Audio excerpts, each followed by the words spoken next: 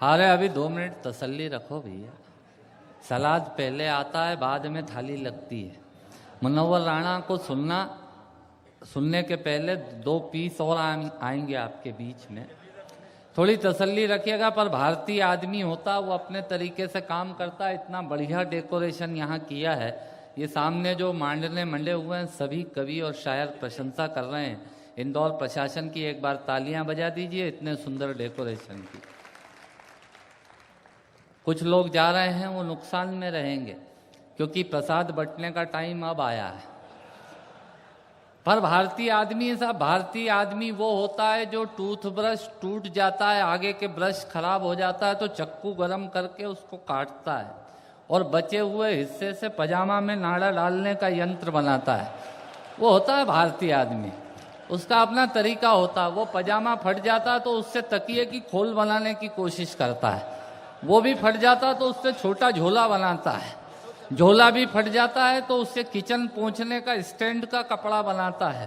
और वो भी फट जाता है, खत जाता है तो उससे फिर हीरो होंडा मोटरसाइकिल के साइलेंसर साफ करने का कपड़ा बनाता है। ये भारतीय आदमी होता है जो मिनिमम इन्वेस्ट करके मैक्सिमम आउटपुट लेता है। मैं आदरणीय अशोक चक्रधर जी को यहाँ आमंत्रित करने के लिए खड़ा हुआ हूँ। ये कविता का समय है और आप लोग बहुत देर से बैठे हैं। मैं आदरणीय डॉक्टर अशोक चक्रधर जी को, जिन्होंने लगभग 1/3 दुनिया देख ली है, हिंदी हास्य व्यंग का वो शिरोमणि, क्रिकेट को नाज है कि उनके पास सचिन तेंदुलकर है, फिल्मी दुनिया को अभिमान है कि उनके पास अमिताभ बच्चन है, तो हमें हिंदी हास्य व्यंग कवियों के इस सरताज अशोक चक्रधर के हमारे पास होने का अभिमान है। मैं चाहता हूं आप सबकी समवेत जोरदार तालियां बुलाएं।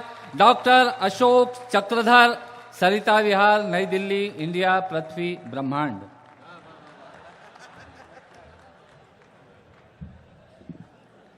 बहुत अच्छा भैया। ओम। टूथब्रश को नाड़ा डालने वाला औजार बनाने का वक्त आ गया है, यानी समेट के बांधने का वक्त आ गया है।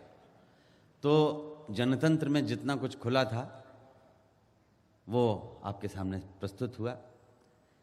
मेरे बाद 2 विशिष्ट कवि और हैं, भाई माणिक वर्मा और जनाब मुनव्वर राणा साहब, जो कलकत्ता से आए हैं बहुत दूर से।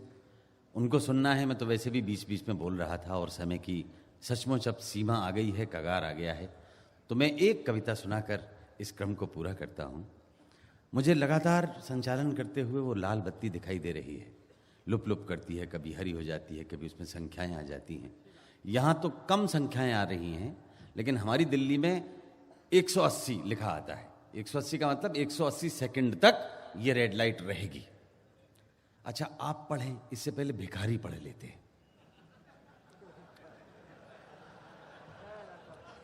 अच्छा, वो अपनी पूरी प्रोजेक्ट प्लानिंग कर लेते हैं कि कहाँ कटोरा लेके जाना है, कहाँ बटोरा करके आना है, कहाँ क्या साफ करने के बहाने क्या साफ करके जाना है, कहाँ कोई अगरबत्ती बेचेगा, कहाँ मगरबत्ती बेचेगा, क्या लटकाने को दे जाएगा, क्या लटका के चला जाएगा।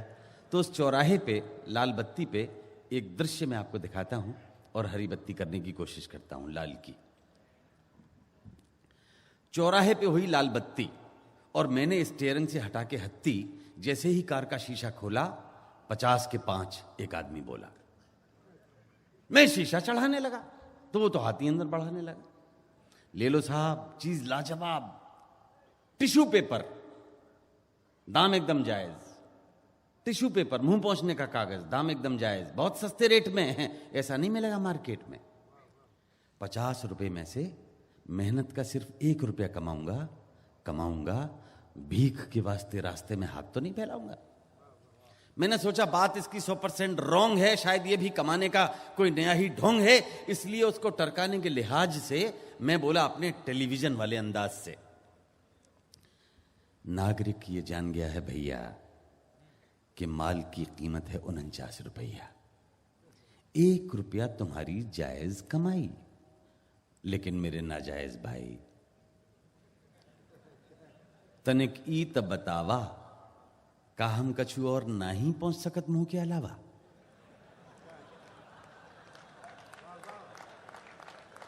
भाई पश्चिमी दुनिया ने कागज को बहुउपयोगी बना दिया है।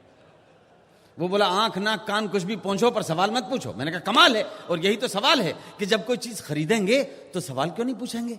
अच्छा बताओ क्या इनसे पहुंचा जा सकता है पसीना? उसने हाथ झटके से बाहर निकाला और तान कर सीना बोला, बाबूजी माफ करना, इन कागजों से मुमकिन नहीं है पसीना साफ करना।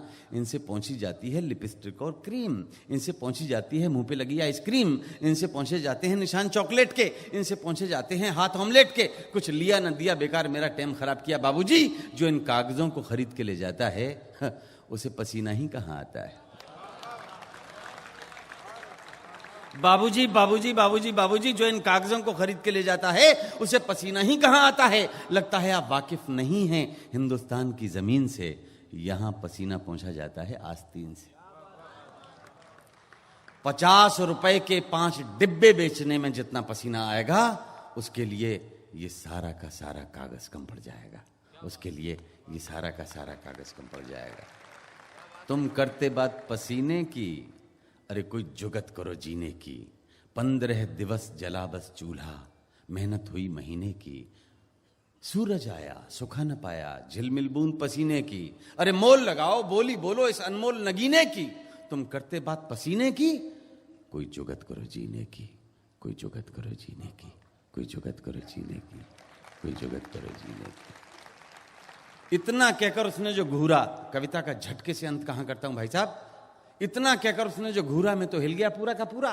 माथे पर पसीने के कण आ गए महीन महीन से, उसके सामने ही पहुंच डाले अपने कुर्ते की आस्तीन से। अरे ये तो मुझ मस्खरे के साथ मस्खरी हो गई। वो बोला बाबूजी गाड़ी बढ़ा लो, बत्ती हरी हो गई। बाबू